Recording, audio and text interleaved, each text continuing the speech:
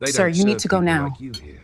What do you mean? The words cut through the soft clinking of silverware and the low hum of chatter inside the fine dining restaurant. Excuse me, sir. A I white think we have a manager in problem his here. late 40s stood near the entrance, arms crossed, his voice dripping with disdain. His eyes were locked on the man in the red hoodie, a black man in his mid-30s Sir, seated I'm gonna have to alone at ask a you to table leave. near the window.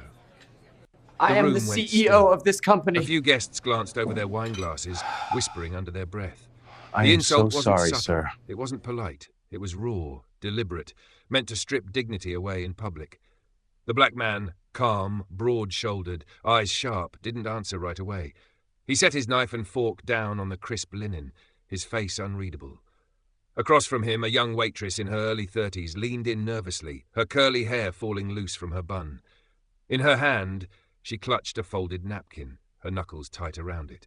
Her lips trembled before she whispered, barely audible, "They spit in your food."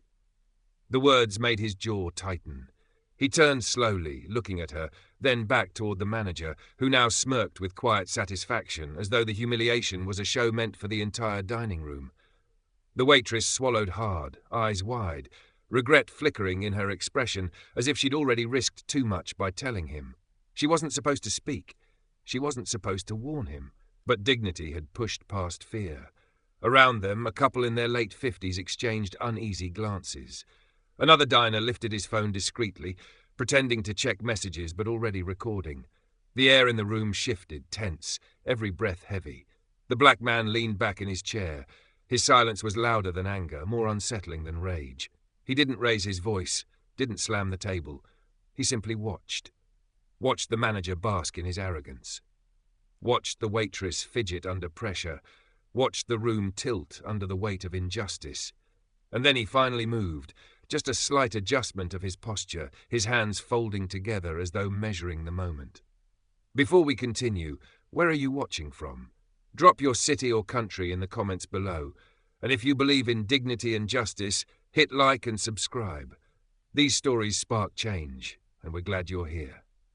Now back to him. The manager took a step closer, voice low but venomous. "Eat fast and leave. Don't make a scene. You don't belong in a place like this." The waitress flinched. The couple at the nearby table stiffened. Phones tilted upward. The black man's face remained calm, eyes fixed on the man trying to erase him. The storm hadn't broken yet, but it was already here. The restaurant buzzed again, but only at the surface. Beneath the murmurs, beneath the clink of wine glasses, the tension clung to the air like smoke. The man in the red hoodie sat unmoved. To the untrained eye, he looked ordinary, mid-30s, casual clothes, no jewelry, no watch screaming for attention, just a man having dinner. That was the illusion. What no one in the room knew, except him, was that the illusion was intentional. The hoodie wasn't carelessness, it was armor. Simplicity kept him invisible. And invisibility had always been his greatest weapon. Because this man wasn't just a customer. He was the black CEO behind one of the fastest-growing real estate firms in the country. He had signed contracts worth more than the chandeliers above their heads. His company's portfolio stretched across high-rise apartments, hotels, and even a stake in the very franchise of restaurants where he now sat. Yet tonight, stripped of a tailored suit, stripped of status symbols, he was treated as though he had no place here. The waitress in her early 30s lingered, her tray clutched to her chest. She knew enough to understand danger, both for herself and for him, but she didn't know the full story. She couldn't have known that the man she had just warned quietly signed her paycheck every 2 weeks. The manager, mid-40s, didn't know either. All he saw was a black man in a hoodie, and that was enough for him to draw his line in the sand. The CEO's gaze drifted briefly across the room. Couples in their late 50s pretending to sip wine but stealing glances. A man near the back, early 40s, pretending to scroll his phone, recording every second. Staff in their 30s and 40s frozen mid-step, trays hovering, unsure if they were supposed to serve or spectate. He inhaled slowly, the calm of a man who had sat in corporate boardrooms where billion-dollar decisions were made, where arrogance wore ties and discrimination wore polished shoes. This scene wasn't new, only the costumes changed. For him, every slight, every insult was a mirror, and tonight the mirror reflected the same truth. No matter how much power he carried outside these walls, inside them, prejudice tried to strip him down to nothing. The waitress shifted nervously. Her voice wavered. "Sir, maybe it's best if you—" She didn't finish. Fear tugged her words back. He met her eyes, and for a moment she saw something that steadied her breath. Not anger, not fear, something heavier, patience sharpened into resolve. At the far end, the manager tapped his watch, smirk curling. "I don't have all night," he muttered, just loud enough for others to hear. The CEO leaned forward slightly, resting his elbows on the table. His silence wasn't retreat. It was strategy. A storm doesn't roar the moment it gathers. It waits, it builds, and he had been building all his life. The manager finally broke from his stance near the wall. Late 40s, grey streaks at his temples, suit pressed so sharp it could cut. He crossed the floor with the slow, deliberate stride of a man who believed every step carried authority. Conversations faltered as he passed. A couple in their late 50s lowered their forks, pretending not to stare. A man in his early 40s swiped absently at his phone, but tilted it just enough to keep the lens on. Servers in their 30s paused at the edge of the room, trays balanced nervously, eyes darting between the manager and the man in the red hoodie. The CEO didn't move. He remained seated, posture steady, gaze locked forward. The manager stopped at the table, looming over him. He folded his arms, voice low but venomous, designed to humiliate without shouting. "You hear me?" His words dripped with contempt. "Dressed like that, you don't belong here. This is a fine establishment, not some street corner diner." A ripple of discomfort spread across the room. Guests glanced at each other, at their wine glasses, anywhere but the scene unfolding in plain sight. The waitress in her early 30s stood frozen, tray clutched tight, her lips parted as though she wanted to speak again but didn't dare. The CEO lifted his eyes slowly, meeting the manager's glare. He didn't flinch. He didn't rise. His silence pressed back harder than any insult could. The manager smirked, mistaking restraint for weakness. He leaned in closer, voice louder now, drawing in more ears. "Finish up, pay your check and leave, before you embarrass yourself further." From the corner, the older couple exchanged hushed whispers. The woman frowned, shaking her head. The man adjusted his glasses, his jaw set tight. Even they could feel the line being crossed. The phone at the back lifted higher, recording became less discreet. The waitress shifted again, eyes wide. She could feel it, the weight of injustice pressing heavier by the second, the room splitting between those who looked away and those who would remember. The CEO placed his hands flat on the table, fingers steady. His calm wasn't surrender, it was control. A man who had faced boardrooms stacked against him, investors doubting him, contracts where every line was designed to cheat him, and still he had prevailed. The manager straightened, spreading his stance like a victor claiming territory. "Do you understand me?" he asked again, louder this time. The CEO's gaze didn't waver. His silence was the only answer, and in that silence the tension thickened, every witness holding their breath. The storm hadn't broken yet, but the first thunder had rolled. The manager's words hung in the air, thick and poisonous. All eyes fixed on the man in the red hoodie, waiting for him to crack, waiting for him to rise, to shout, to give them the outburst they expected. But he didn't. The black man in his mid-30s simply sat still, his breathing steady, his posture relaxed but anchored, as if no insult could move him.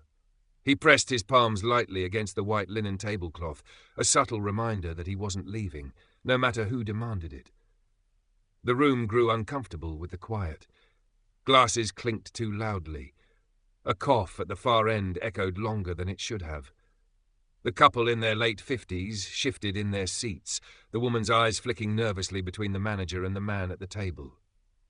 The waitress in her early 30s gripped her tray tighter, her chest rising and falling with short, anxious breaths. She knew the silence wasn't weakness. She had seen enough in her life to recognize what this was, restraint sharpened into something stronger. The manager, late 40s, mistook it differently. He smirked, convinced he had won. "That's what I thought," he said, his voice oily, spreading across the room like a stain. "Men like you don't last in places like this." Still, no answer. The CEO's eyes narrowed slightly, the faintest flicker of steel glinting beneath his calm expression. He wasn't giving the man what he wanted. No rise, no argument. only a silence so heavy it pressed against every corner of the room. The older man at the couple's table leaned forward, whispering to his wife, "He's not folding. Look at him. He's holding the room." And he was. Every second of quiet pulled more attention toward him. Every unspoken word drew the audience deeper into his gravity. The silence turned into a mirror, forcing the manager to fill it with more noise, more arrogance. The manager slammed his palm lightly on the table, the glasses rattling. "Do you understand me?" he barked, louder this time. The CEO's calm didn't waver. His silence was sharper now, like a blade sliding from its sheath. The waitress exhaled shakily, almost a whisper. "He's not afraid." Phones lifted higher. The man in his early 40s at the back was no longer pretending. His lens pointed squarely at the scene, capturing every moment. The manager straightened again, but his smirk had faltered. He had expected compliance. He had expected fear. Instead, he was confronted with something far more dangerous: composure. And in that composure, the power began to shift. The storm was still quiet, but the silence was its roar. The weight of the silence pressed harder with every second.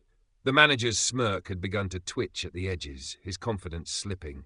He wasn't just fighting a man in a hoodie anymore. He was fighting the gaze of an entire room, and the room was starting to choose sides. The waitress, early 30s, stepped forward, her tray lowered to her hip. Her voice trembled but carried. "Sir, I can't stay quiet. They told the kitchen to ruin his meal. It wasn't an accident." A gasp rippled across the tables. Silverware clattered as someone dropped a fork. The woman in her late 50s at the couple's table clutched her husband's arm, eyes wide. The manager's face flushed crimson. "Enough," he barked at the waitress. "Stay in your lane, or you'll regret it." But the words didn't silence her. They emboldened her. Her chin lifted just slightly, eyes darting around the room to see phones raised, witnesses recording. She wasn't alone anymore. The older man at the couple's table cleared his throat, his voice firm despite the tremor in his hands. "She's right. We heard what was said. We saw how you treated him. This isn't service, it's humiliation." The manager spun, pointing a finger. "Mind your own dinner." But the damage was already done. At the back, the man in his early 40s finally stopped pretending. He stood, phone angled high, the red recording light blinking. "The world's already watching," he announced, loud enough for everyone to hear. The restaurant seemed to shrink under the statement.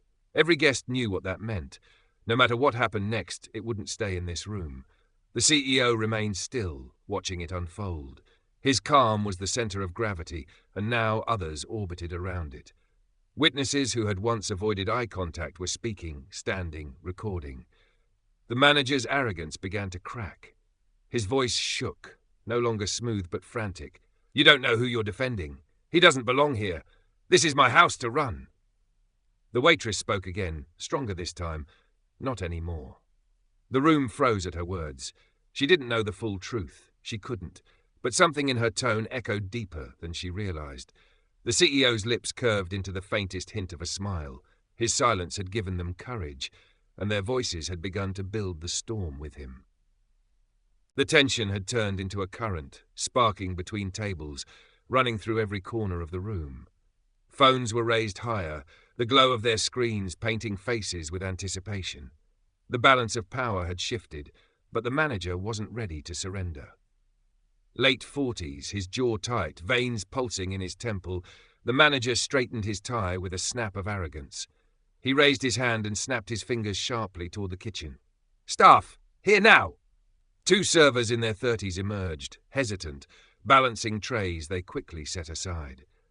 Their faces betrayed unease, but their loyalty to their paycheck pulled them forward. "Escort him out," the manager ordered, pointing a stiff finger at the man in the red hoodie. His voice was louder now, desperate to reclaim authority through volume.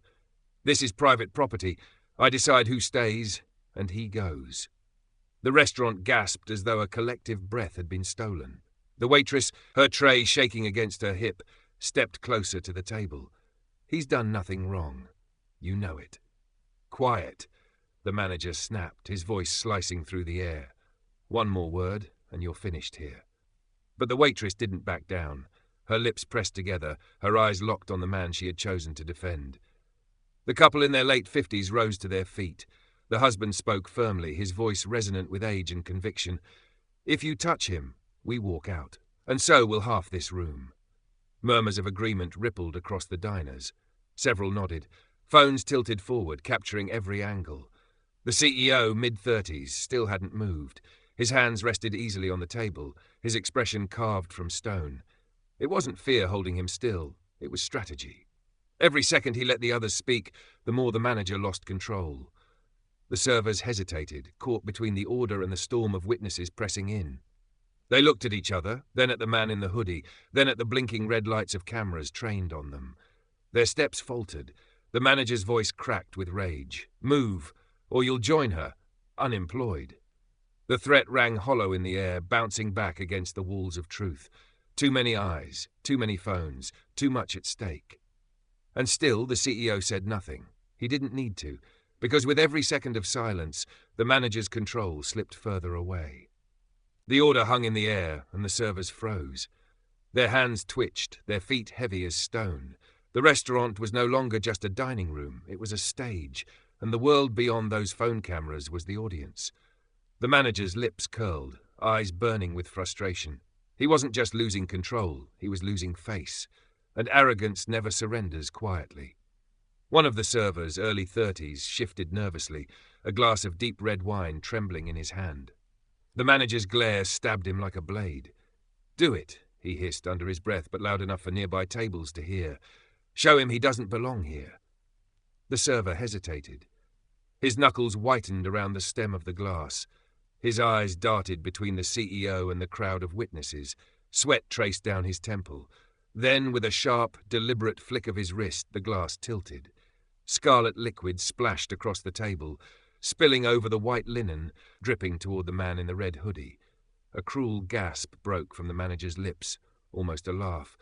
The wine cascaded onto the CEO's sleeve, staining the fabric in slow, bleeding patterns. The room erupted with shock. The older woman at the couple's table covered her mouth. Her husband's fists clenched, his voice booming, "Outrageous!" The waitress in her early 30s nearly dropped her tray, her face pale with fury and fear. "That's assault," she said, her voice shaking but defiant. "You can't." The manager cut her off, his words sharp as a whip. "Enough! He asked for it, sitting here dressed like that. He wanted attention. Well, now he has it." The server stepped back, ashamed, his chest heaving. He couldn't meet the CEO's eyes. But the CEO didn't flinch. He didn't raise his voice.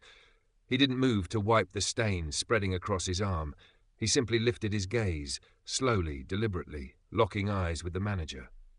His stare was steel, cold and unshaken, a storm in perfect control.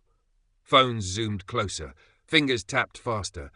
The sound of recording shutters filled the room like applause before the verdict. The CEO's silence weighed heavier than any outburst could have. His stillness wasn't weakness, it was warning. And for the first time the manager's smirk faltered. The storm had been provoked, and everyone in that room knew it was about to break. The room still buzzed with shock, the scarlet stain seeping deeper into the sleeve of his red hoodie. The manager's smirk flickered back for a moment, as if the spill had sealed his victory. Diners whispered, some horrified, some too stunned to speak. But the black man in his mid-30s didn't reach for a napkin. He didn't demand apologies. He moved slower, steadier. His hands slid across the table, fingers brushing over the polished surface until they rested on the phone beside his plate. A hush fell. Even the clinking of glasses stopped. All eyes followed that single motion. He tapped once. The line clicked alive instantly. A voice, crisp and professional, spoke through the small speaker. "Standing by, Mr. Johnson." The waitress in her early 30s gasped softly, her tray lowering. The couple in their late 50s leaned forward. The man at the back steadied his phone, now capturing not just humiliation, but revelation. The manager scoffed, trying to mask the sudden tremor in his chest. "What's this? Calling for backup? You think a phone call saves you?" The CEO lifted his eyes, calm but sharp, his voice cutting through the tension like steel. "Activate protocol." There was no hesitation on the other end. Confirmed. Time logged, 8:17 p.m., audio and video streams secure, legal counsel notified, security review live. Gasps rippled across the restaurant. The manager blinked, his confidence wavering. What is this? The server who had spilled the wine stepped back further, guilt crawling across his face. The CEO set the phone on the table, speaker still on, his words measured, his tone unwavering.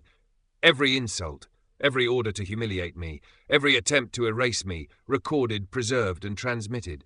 You didn't just target me tonight, you built the evidence against yourselves. The waitress steadied herself, her fear now mixed with awe. He's documenting everything, she whispered, more to herself than anyone else. The couple exchanged a look, the woman nodding fiercely. Good. Let the world see. The manager tried to laugh, but it came out brittle, hollow. You can't be serious. This is nothing more than a show. The CEO leaned forward, the faintest edge of a smile crossing his lips. No, this isn't a show. This is accountability. Phones in the audience tilted higher. Fingers moved faster. The world outside those walls was now watching every second. And in that moment, the manager realized the silence had ended. The counterattack had begun. The phone still glowed on the table, the calm voice from the other end confirming every detail. Diners leaned in, their screens lifted, capturing history in real time. The black man in the red hoodie finally pushed his chair back. The sound of wood against polished tile echoed like a gavel striking. He stood, not in anger, not in haste, but in deliberate control.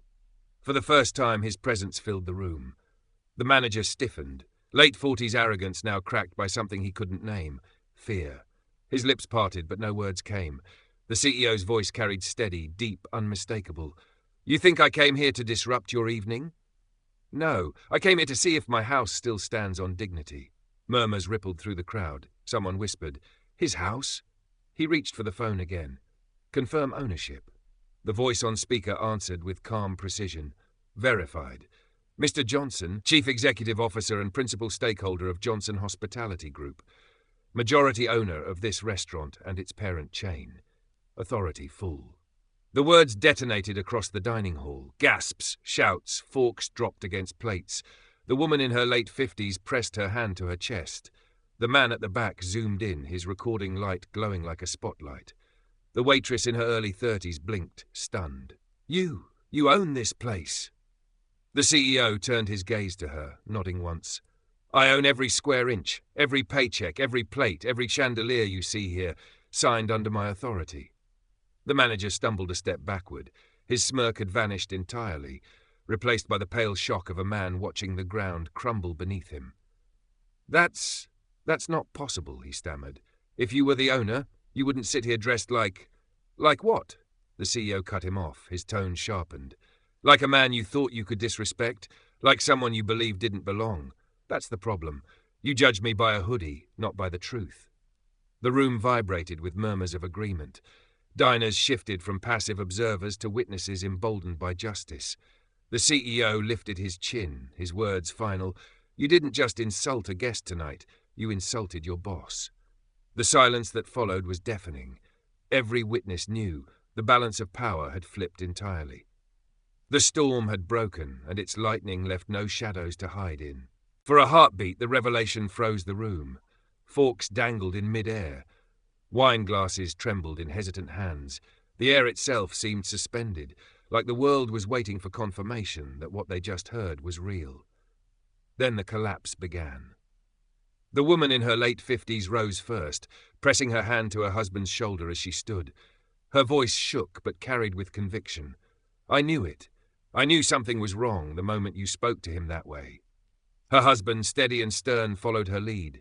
Sir, we support you. What happened here was a disgrace. Across the room, nods spread like fire, catching dry wood. A younger man in his late 30s raised his phone higher, saying clearly, It's live. Thousands are already watching.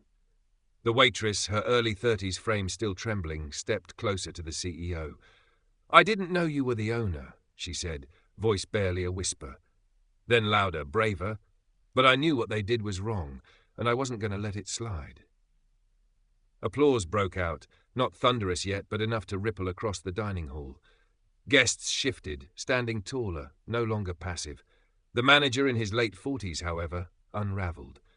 His face flushed beet red, sweat beading at his temple. This is ridiculous, he shouted, waving his hands toward the crowd.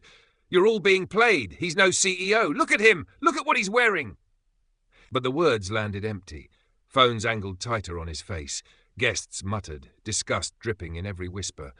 A man in his early 40s near the back shook his head, calling out, "We heard the system verify.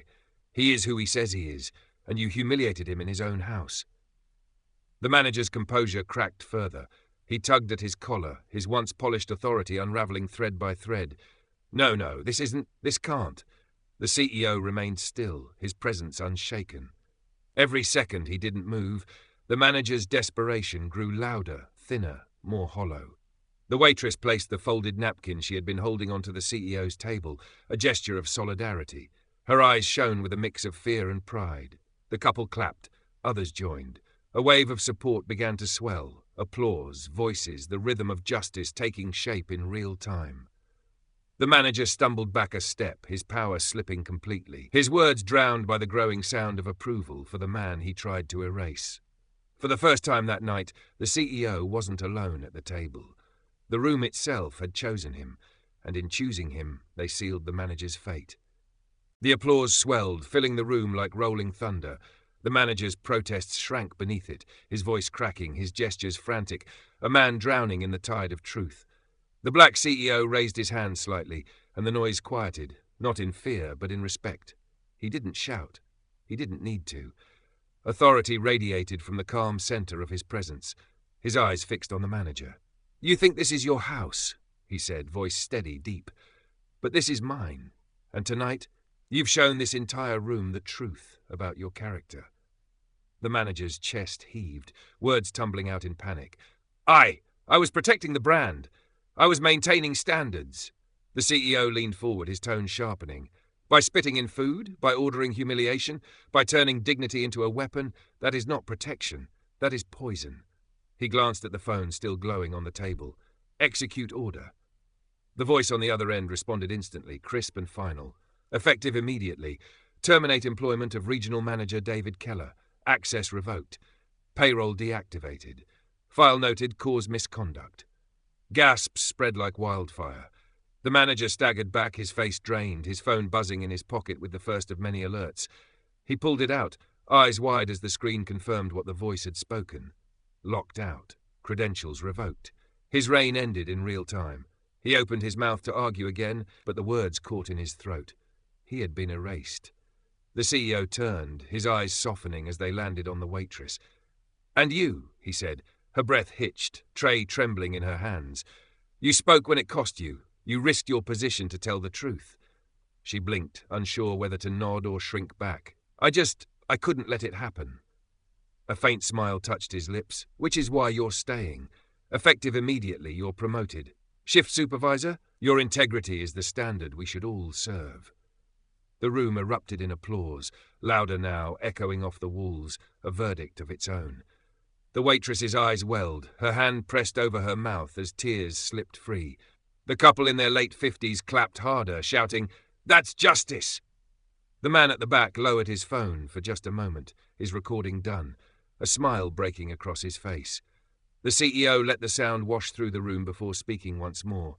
His words final, undeniable. "This house does not run on arrogance. It runs on dignity, and tonight dignity has been restored." The manager slumped in the corner, forgotten, his authority stripped bare. The waitress stood straighter, her fear replaced by pride. And the CEO, calm, unshaken, remained the center of gravity, the architect of order in the chaos. The dining hall had transformed. What began as humiliation was now a courtroom, and the verdict was written in applause.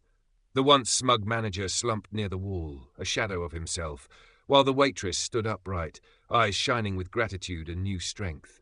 The CEO remained at the center, his red hoodie still stained with wine, yet somehow the mark had become a badge, not a blemish.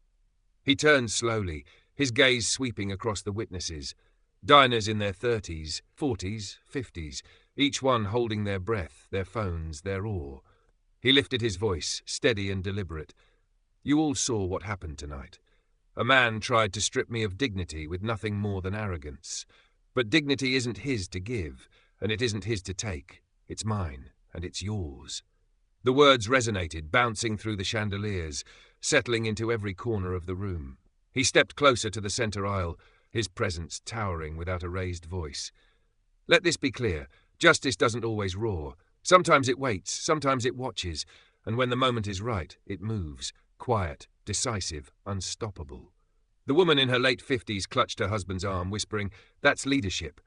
The CEO's eyes cut back to the broken manager. Power built on fear will always collapse, but power built on truth. He paused, letting the silence draw tight. That stands forever. A hush fell, deeper than any applause. Every phone caught his next words. Every witness knew they would echo beyond these walls. I don't need validation from arrogance. I don't need permission to belong. I am the proof. I am the presence, and from this night forward, no one in this house or any house I own will ever forget it. He reached for his phone, ending the call with a soft click. The glow faded. The protocol was complete. Then, without a backward glance at the fallen manager, he turned toward the exit. The crowd parted naturally, as though a path were carved for him alone. Applause rose again, thunderous now, rolling through the hall like a victory march. Phones shook in trembling hands, recording history, recording dignity reasserted in real time. The waitress stepped aside, tears on her cheeks, whispering, "Thank you." The CEO nodded once, calm, resolute. His steps carried him beyond the tables, beyond the applause, beyond the night. Behind him, two truths remained etched into the air, a man humbled by arrogance and a leader crowned by silence and justice. And as the doors closed softly, the final thought lingered in every witness's heart. The storm didn't just pass. The storm rebuilt the sky.